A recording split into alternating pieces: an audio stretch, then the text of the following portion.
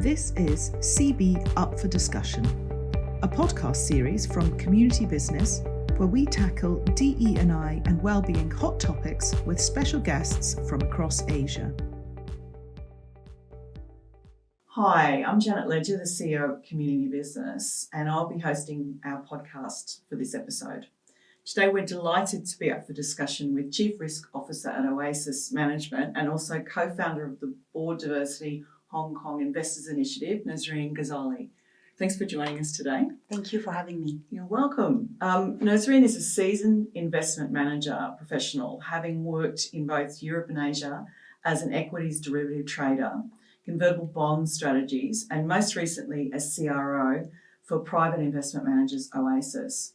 Struck by the slow progress on gender equity in the industry, Nasrine co-founded the Hong Kong Board Directors Investor Initiative in 2018, with the goal of influencing the investor-investee sphere to take on actions on the important topic of board diversity.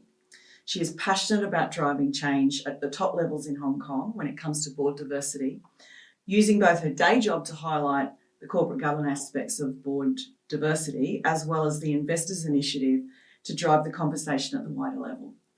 Thanks for joining us today. Thank you very much. So Nasrine, please introduce yourself. You're working in Asia to tackle gender diversity issues that Hong Kong still faces. Sure. Hi everyone. My name is Nasrine Ghozali, and I have been an investment professional for the last 24 years. 5 years in Paris, 3 years in Tokyo, and it's my 16th year here in Hong Kong that I call home. During my career, as you mentioned, I have been a trader in banks. I have been portfolio manager at hedge fund. I have been a co-founder of hedge fund startup as well. And my current role, Chief Risk Officer at Oasis, I have been that for the last 8 years. Oasis is one of the Hong Kong-based largest and oldest hedge fund. Gender diversity. Well, I think it started a long time ago, but let's start with my career when I was one of the very few women on the trading floor, observing all these guys, pretty similar, coming from the same school, thinking the same way. So later on, I have been more and more engaged with organizations, especially in Hong Kong, such as 100 Women in Finance. It was at that time 100 Women in Hedge Fund, in fact. And later on, the big shift happened with Oasis, my current firm, which is engaging with the investee company regarding several things. And I have been able to observe that engaging with investee companies for change does work.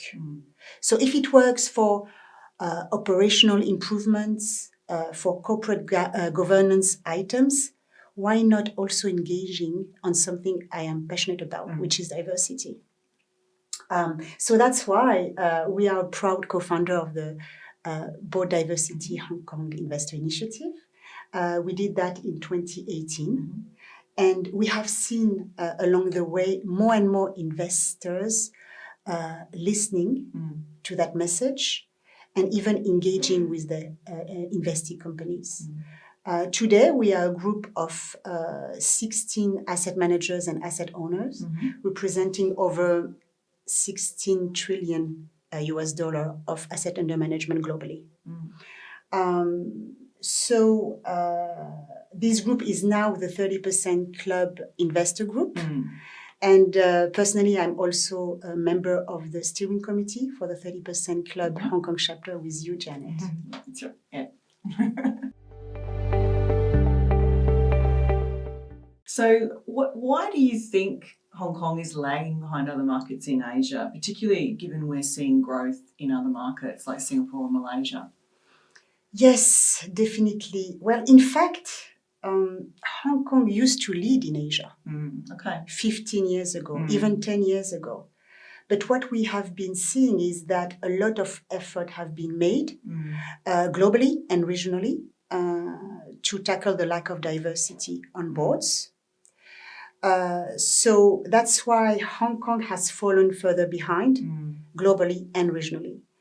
So quite a few countries have implemented mandatory or voluntary quotas for female board representation on their listed firms. Those measures help, obviously, but we still need to work with corporates for a cultural shift and even a broader social attitude shift, I would say. In Hong Kong, shareholders are mainly controlling family and state-owned entities on one side and retail on the other side. So us as institutional investors, we are smaller, we are fragmented.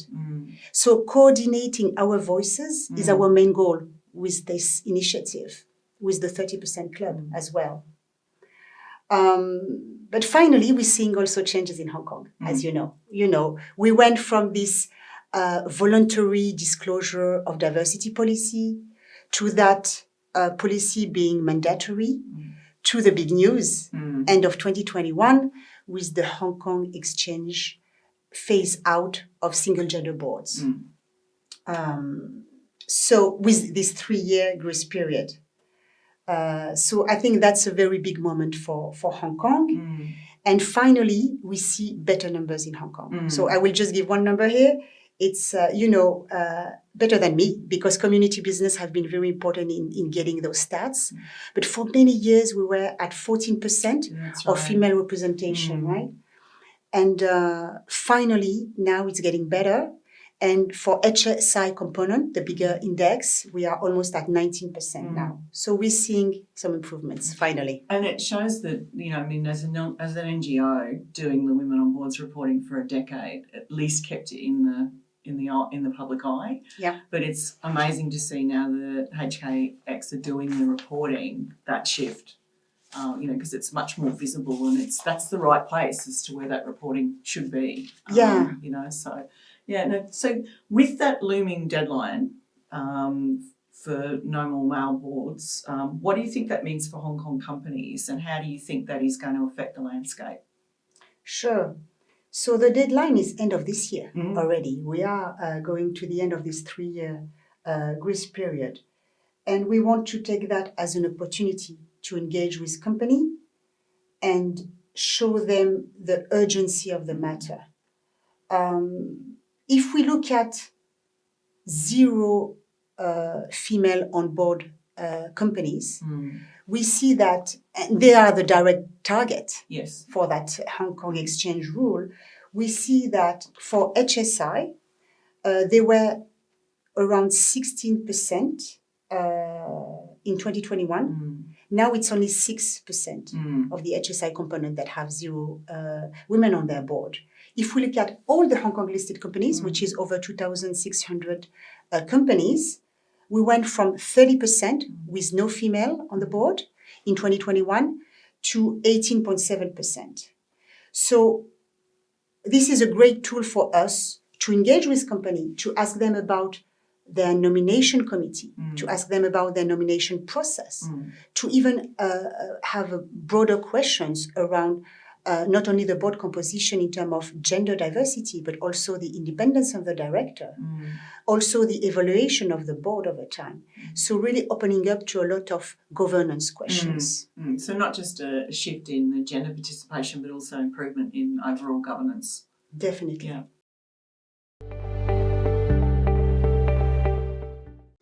I know when the announcement was made, there's the deadline at the end of the year, but then there was also the suggestion that if it doesn't shift, that there might be a look at mandating quotas or putting other some sort of measures in place. So do you think that quotas in general and regulatory measures help or hinder the cause? Look, looking at what happened globally, from Europe to Americas to Asia, I think that quotas or strong voluntary targets have helped and definitely have been the trigger to improve gender diversity. If I may, I consider that the Hong Kong Exchange rule is a quota for one already. Yeah. And we see things changing. So I think it's a great measure. It's already making change. And interestingly, I can tell you that it has been a real aspiration regionally, meaning that I know that several investors have used that rule to go to other exchanges in the region to ask them for the same role. Okay, it's great. Yeah, it's a great effort here.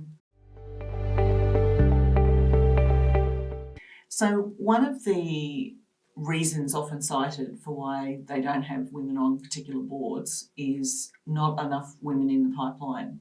So if you were ever asked that question, how would you respond? Interesting. Well, it's a question we are often asked.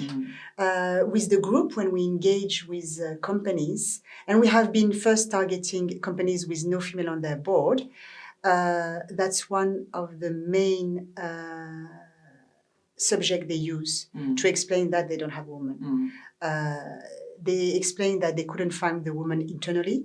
So first, work on your internal pipeline, obviously. Yes. And then they can't even work a woman in the sector, in the industry, and often they go to academia for that purpose. Well, the answer we give to those companies is to use a great resource we have here in Hong Kong with the 30% Club, which is the Pipeline Initiative.